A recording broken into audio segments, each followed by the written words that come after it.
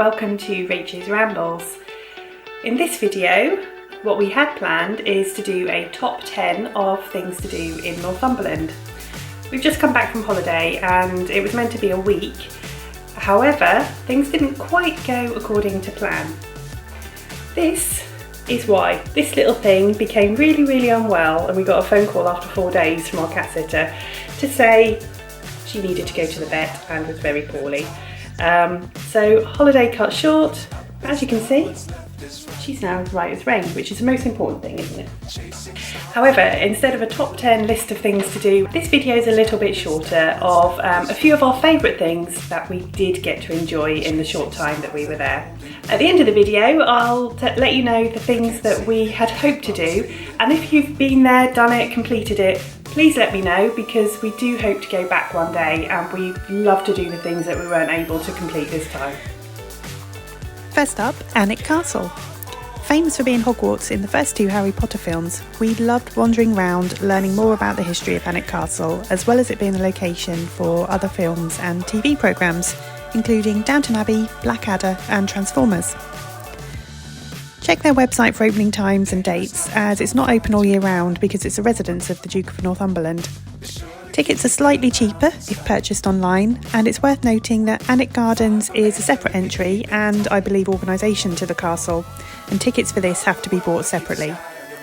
We didn't do the gardens this time as there was so much to enjoy within the castle itself.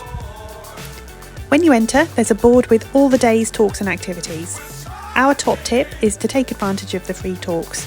The guides are super friendly and knowledgeable. We did the tour about film and TV locations and the history of Alnwick Castle.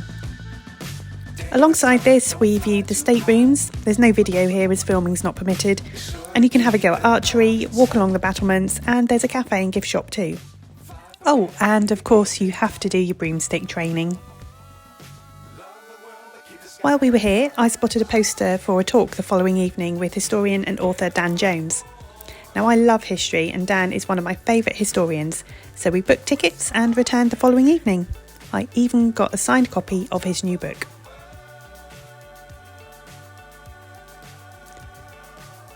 Next on our list is Bamborough. The village is just north of Alnwick. It's about a 30-minute drive. We've been here before just for a fleeting visit and it was very busy, so be prepared for crowds and a busy car park. I wanted to do some photography here as the beach and the view of the castle is incredible.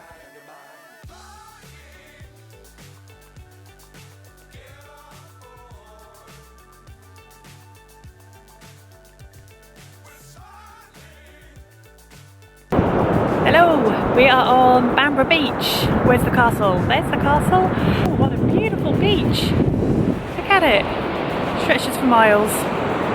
And we're here at sunset and all I've seen is a couple of dog walkers. That's it.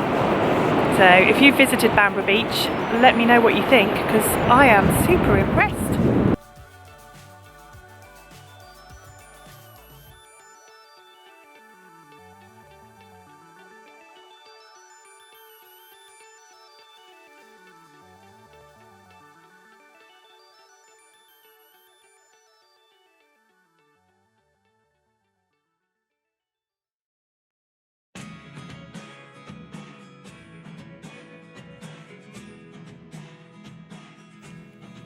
Sea Houses is a fishing village just a few miles south of Bamborough. From here there are views across to the Farne Islands, and there are several tour operators on the seafront offering boat trips to see wildlife, including grey seals and seabirds. Sea Houses is a large village with plenty of pubs and shops and makes for a good stop if you're exploring the Northumberland coast.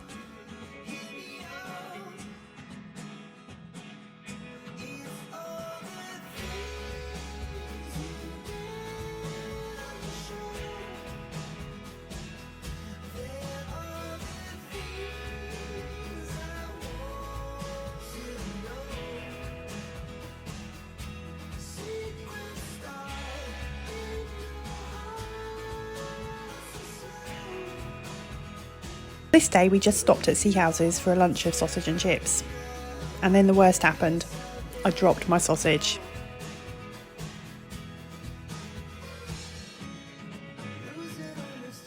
Next on my list of top things to do in Northumberland is a visit to Holy Island, otherwise known as Lindesfarne.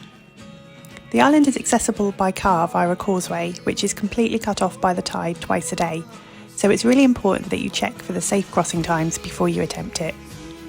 This caused me a huge amount of anxiety, as many people have been caught out before and have had to be rescued or make their way to what the locals call the idiot box halfway across the causeway. My advice is to visit the Northumberland County Council website for the up-to-date safe crossing times and safety information before you attempt your crossing. We arrived about half an hour after the start of safe crossing time, so it was all good, and we didn't actually have much time available to explore the island, so we knew we'd be okay for the return journey too. I believe that you can't actually park in the village, so park in the Charins car park. You can't miss it, it's on the left before you get to the village. You'll then pass a cafe and a gift shop. We of course stopped for some ice cream before we explored further. There's a pub, coffee shop and a few gift shops, but the main draws are of course the Priory, which we didn't have time to explore unfortunately on this visit, and the castle. It's a lovely walk over to the castle, not too far, and it has great views across the water to the Northumberland coast. The castle dates from the 16th century and was built as part of the defences against the Scots. It's a striking landmark and is understandably now one of the most photographed castles in the UK.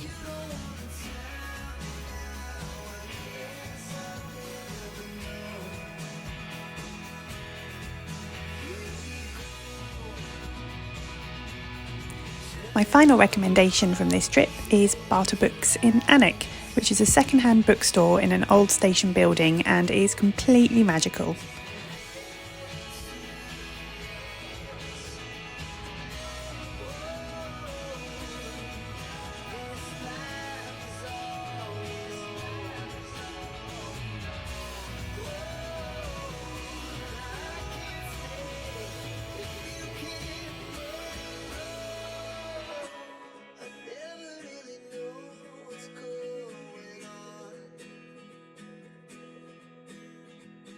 And that's sadly where our cat drama started and our holiday ended. Things we didn't get to do this time were a trip to Beamish Open Air Museum, a visit to Newcastle, including St James's Park, and doing some walks at Kielder Water and Hadrian's Wall. So if you've done any of those things, let me know by commenting below. I'd love to hear your experiences until we get the opportunity to return to the beautiful northeast. I hope you've enjoyed this latest instalment. As always, if you've enjoyed it, let me know in the comments and hit the subscribe button too. Thank you so much for watching, and I'll see you next time on Rachel's Rambles.